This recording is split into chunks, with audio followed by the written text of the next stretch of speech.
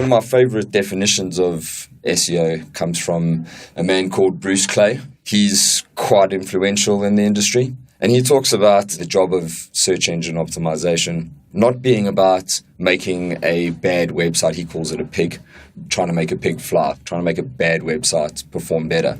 But it's actually our job to re-engineer the website so that it becomes an eagle, and then it will fly by itself. This is the Brave Ideas Podcast, brought to you by Aqua, part of the Wonderman Network. Welcome to episode 33 of the Brave Ideas Podcast, the show that is all about bringing to light fresh perspectives from the worlds of digital and marketing. I'm Dan Herman. I'm a digital strategist. I'm really good in workshops, and I think there should be a Google Doodle in my honor. And today, I'm here with my co-host. I'm Esther. I'm head of conversation analytics here at Aqua, and I love Paris in the springtime. Today, we are really excited to have as our guest Sean Hearn, SEO lead at Aqua. Sean, very interestingly, once played an FA Cup match for Wanderers FC, the first team to have ever won the FA Cup. And his wife makes awesome cakes. And today, he's going to talk to us about the wonderful world of SEO. Sean, what's new? Morning, guys. I thought we'd catch up on the world of SEO and run through the change that's happening with some of our clients. So there's some interesting sectors that are moving more into a digital space that were maybe traditionally a sort of brick and mortar financial sector. Some of our clients are really pushing into the digital world, and SEO is becoming more important to them. So keen to chat to you guys about that. So Sean, not everyone knows what SEO is. What does it stand for? What is it? Well, its definition, SEO, is search engine optimization. If you break that down, a search engine is like Google, Yahoo, or Bing.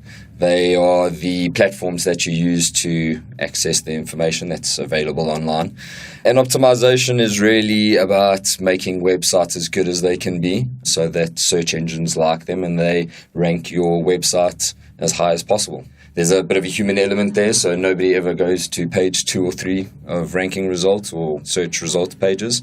And optimizing a website is just about tailoring to search engines so that they give your website as much visibility as possible, and then whatever the purpose of your website is, whether it's brand awareness or actually driving business, you can get the traffic in order to do that. So one of my favorite definitions of SEO comes from a man called Bruce Clay. He's quite influential in the industry, and he talks about the job of search engine optimization not being about making a bad website. He calls it a pig, trying to make a pig fly, trying to make a bad website perform better. But it's actually our job to re-engineer the website so that it becomes an eagle, and then it will fly by itself. So not to give you a technical sort of explanation, but I think that wraps it up quite nicely. If I'm understanding what you're saying, it's critically important in this world of search, which is being dominated by massive players like Google obviously being the big one, Yahoo and Bing, to have a presence in search and to rank. And as you say, it's critical to rank on the first page of a search engine for the given query that people are searching for that relates to your website. Can you talk a bit more about that? Because I'd just like to understand, how are people searching and why then is SEO important? Sure. Maybe just to take a step back, recently for the first time, members of Google have actually given us a clearer indication of what goes into their ranking factor. Sort of how does a website rank? There's a whole world. I think there's over 200 different ranking factors in their algorithm. They don't give you that information because then it's open to manipulation. But in order to rank, they give you 3 main categories. One is look at the intent of your search or how people are searching, the content on your website, as well as links. So both internal, but also predominantly inbound links. The authority and the trust that comes from those signals that search engines get is a major part of how they actually rank your website. So content marketing is one of those sort of buzzwords that goes around the industries at the moment, and it has its part to play. But in terms of content, you're looking for quality content that answers the search that people are actually searching for. The rise in FAQs and semantic search, so content that answers questions. That's all come from Google trying to be better at giving you the information that you want as a searcher when you actually search. So I think the biggest change other than mobile is people are becoming sort of search on the go. We've seen that in shopping and e-commerce, browsing in stores, but then, that search is new. How much does something cost, or compare the market? All of those searches are new, and Google sort of tailors its ranking and its algorithm around trying to find the best content for you when you search on the device that you search for. They're trying to find out what environment are you in. Sure. And if you've got the best content that answers that question, then you're more likely to rank.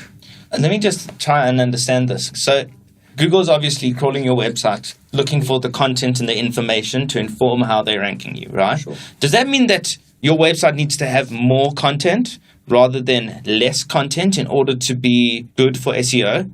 I think it's a balance. Website size and content quantity, if I can call it that, plays a part. All of the really big publishing sites will rely a lot on the amount of content that they actually publish, the frequency that they publish content onto their website. But quality is more important than quantity. So one really well-produced, well-researched piece of content that specifically answers a searcher's question fantastically plays a bigger part than 500 articles that are just vanilla content or blasé about the topic. Authority and expert content has a far better SEO value for a website. So what does a bad website for SEO look like? I think it's probably a combination of things again. If I can sort of separate them into two, you'd be looking at a bad user experience, so difficulty with navigation. And then the second category would be a website that practices spammy sort of things. So spammy link building, spammy content, just having content for content's sake. Gone are the days where keyword stuffing used to make a piece of content rank. Search engines have become a lot better at weeding that kind of practice out. I think anywhere where you're trying to sort of manipulate the process. So if you hear that content's important and therefore you're just pushing content that has no real value for the user or doesn't give any insight, that kind of content's going to be bad for your search. I mean, I think it's, really amazing insight into what it's required to build that organic ranking of your website. But, we don't live in a world of purely organic rankings, right? We live in a world of paid marketing, and search is one of the dominant realms in which paid media and paid search is a massive thing that happens. It's a highly competitive space that at times completely overwhelms your organic ranking. I mean, where did the two meet? Well, how does SEO and search engine marketing, how can they work together? Well, interestingly, there's a lot of analysis that you can do on the data that comes from your search or your media account and your organic results, and you can make them work together.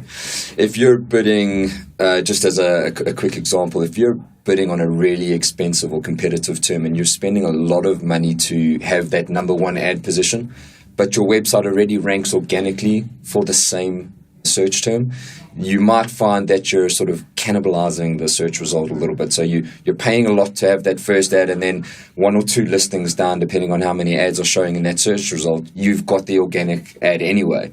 That then presents the opportunity for you to move that budget away from the terms that your website ranks really well for organically and get more business from other terms. So there is a relationship to be had.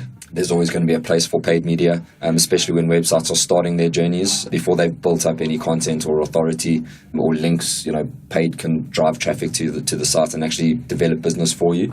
So that relationship's always going to be there. I think where they met, Google's got to make money. It's a business. Their job is to give you the best information possible, and they do that through organic rankings and the development of their algorithm. But I think paid media, like you said, will always have a place, and the two will coexist. So traditionally here at Aqua, SEO was a part of our media team, and recently we've seen a move where actually you and your team have joined us on the analytics side, and you're now sitting within analytics. Why has that change happened, and why is it so important? I think the change happened so that we could start using data from the analytics team, from the insights and the data team, to provide better insights into website performance. We still work very closely with the guys from the media team on accounts where clients have both running.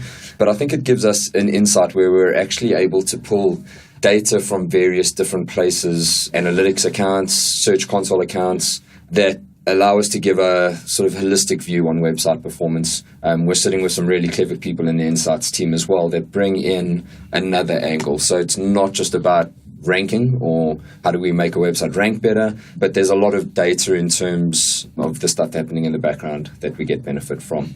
So I'm actually struggling with the change, to be honest. For me, it feels a bit weird, just probably because of my limited understanding of it. But, as I see SEO is about performance and optimizing performance in the same way that paid media is about learning, deriving insights that allows you to act and optimize performance. Not to say that data and analytics isn't a critical part of all of those agendas, but for me, SEO is a very practical step that brands can and should take in order to achieve results.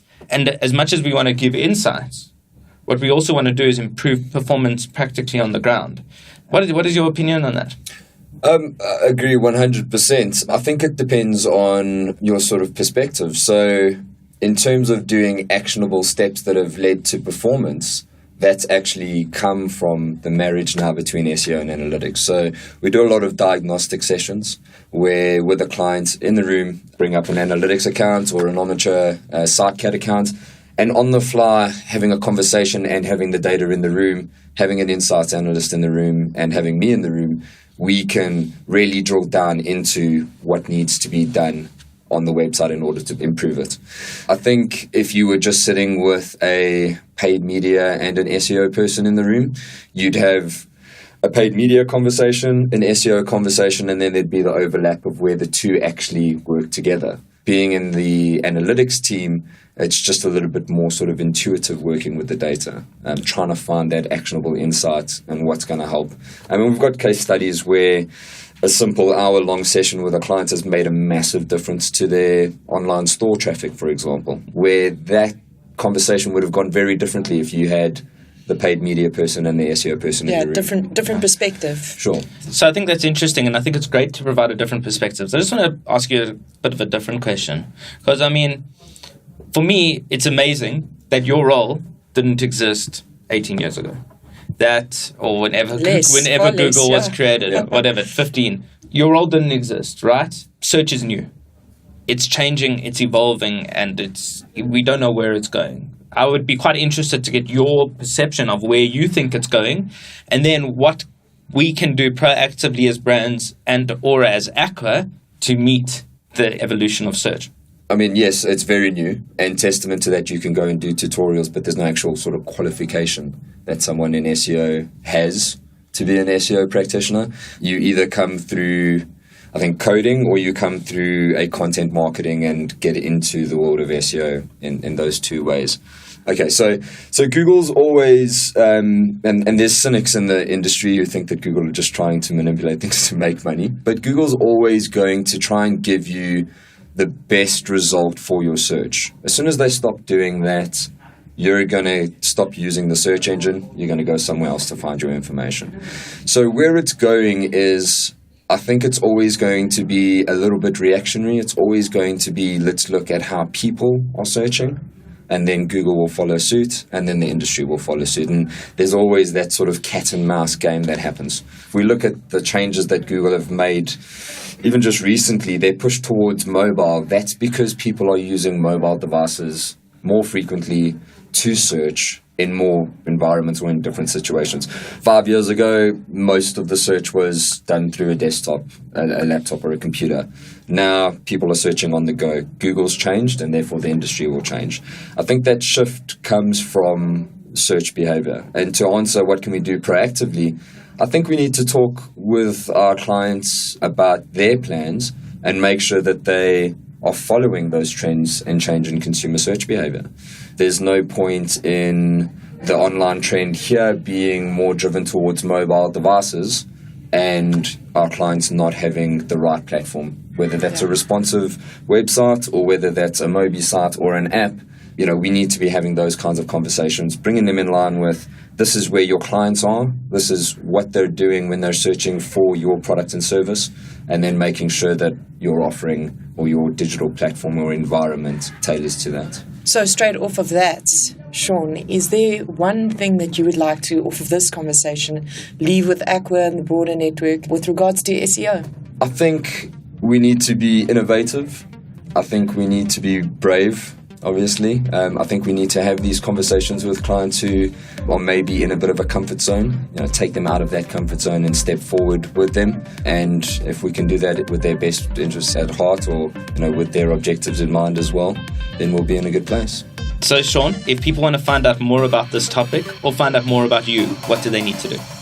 In terms of the topic, there's loads of resources online. Just search for it? Yeah, you can search for it, exactly. It may appear organically at the top of your ranking. There are some really good online sort of information blogs, Search Engine Land, Search Engine Journal, the Moz blog and community is a great place to get information and interact with people. And then obviously you can always contact us, Sean H, so SEANH at aquaonline.com.